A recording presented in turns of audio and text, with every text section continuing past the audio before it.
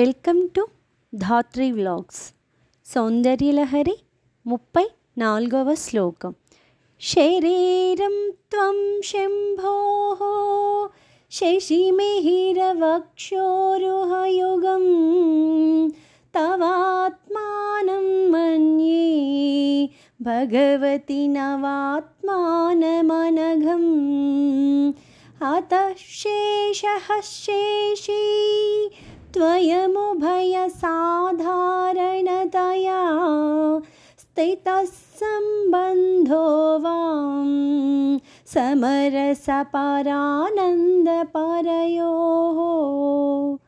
ఓం శ్రీ మాత్రే నమః.